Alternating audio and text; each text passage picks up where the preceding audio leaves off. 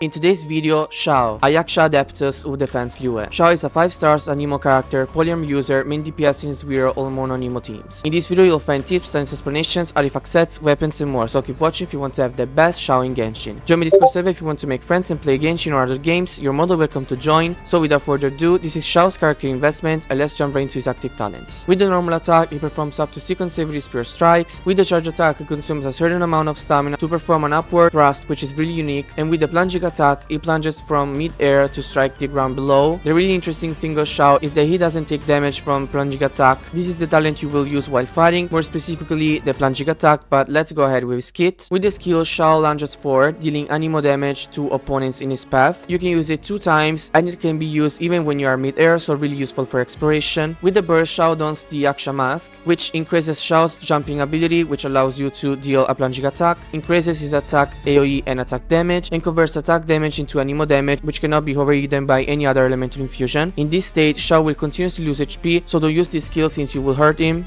Joking, this is actually really useful for a few artifacts set and also increases its damage. So the level of priority is normal attack, burst, and last skill. Let's have a look at his passive talents now. With the first one, while under the effects of the burst, all damage dealt by XIAO is increased by 5%. Damage increases by a further 5% for every 3 seconds the ability persists. The maximum damage bonus is 25%, quite good for his damage. With the second one, using the skill increases the damage of subsequent uses of the skill by 15%. So your second skill will potentially deal more damage than the first one. This effect lasts 7 seconds and has a maximum of 3 stacks. The last one decreases clumsy stamina consumption for your own party members by 20%, really useful for when you explore. Before we uncover his artifacts options, the majority of the viewers are not subscribed, so subscribe to the channel if you like this kind of content and make sure to activate the notifications to not miss out any future guides of your favorite characters. So for artifacts options, for 2-piece you can use 2-piece attack, Gladiator, Simenawa, and all others, and 2-piece Anemo damage, with the Venere Desert Pavilion Chronicle. For 4-piece you can use his most classic one, Vermilion Hereafter, which gives him a lot of attack thanks to his HP decreasing while fighting with his max, so with his burst state. Or he can also use his most recent Merciless Hunter, which doesn't increase the type of damage he deals with the 2-piece unfortunately, but the effect grants script rate since HP can decrease while he is in the burst state, so pretty easy for him to activate. Main stats are attack on the sand, Anemo damage on the goblet, and crit damage on the circlet, and sub stats are crit, attack, energy recharge for the burst, and EM. Let me know in the comments if you think that he is one of the strongest DPS in Genshin,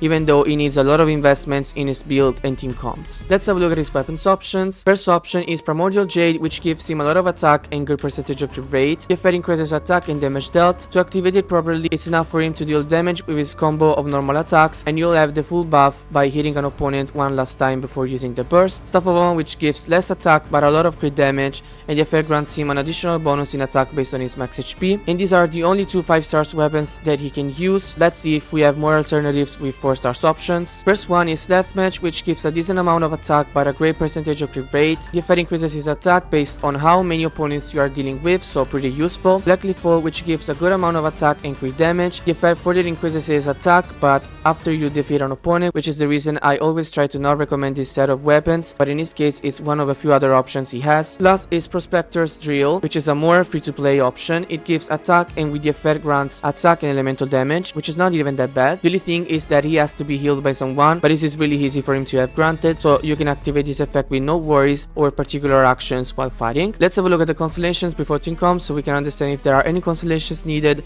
or we can play XIAO at C0 to living great performances. With the first one, it's now possible to use his skill 3 times. These are but not that relevant. With the second one, when in the party and not on the field, XIAO's energy recharge is increased by 25%. This is not that good since you need to have something of the character that can deal damage and creates particle, but it doesn't have something like this when he's off field, so this constellation is pretty pointless. Third, increases the level of the skill by 3. With the fourth, when XIAO's HP falls below 50%, he gains 100% defense bonus. Wow. That's really good. Of course, I'm joking. The fifth increases the level of the burst by 3. And with the last one, while under the effects of the burst, hitting at least 2 opponents with XIAO's plunging attack will immediately grant him 1 charge of the skill, and for the next 1 second, he may use the skill while ignoring its cooldown. So at the end of the day, he doesn't have any particular buffs from his constellations. The only one that can be considered acceptable is the C5, and I still don't think it's good because it's the C5 and he's already kind of pretty win since he doesn't have a lot of weapons options either. So I don't know, they love him but not that much. Now for team comps, first option is classic with Zhongli, Bennett, and Yellen, but now you can replace her with Faruzan. If you really want to invest on him, you can also play his strongest team right now with Faruzan, Shenyan, and Furina. In this team, Faruzan buffs XIAO and decreases opponent's anemo resistance, so pretty good. Shenyan heals and buffs XIAO's plunging attack damage, and Furina buffs all performances and also makes XIAO's HP decrease more constantly, which makes him wear the Martial F4 piece perfectly. It's been a while since Shenyan released, and a lot of other characters are being released, but this team is still one of the strongest and also really versatile in the Abyss. And that's all you needed to know about XIAO. I hope this video can be useful to you. Don't forget to leave a comment on what you think of this incredible character. I remind you to subscribe to the channel and also to my TikTok and Instagram accounts, to join my Discord server if you want to participate in the next videos, and we'll see you in the next one. Bye!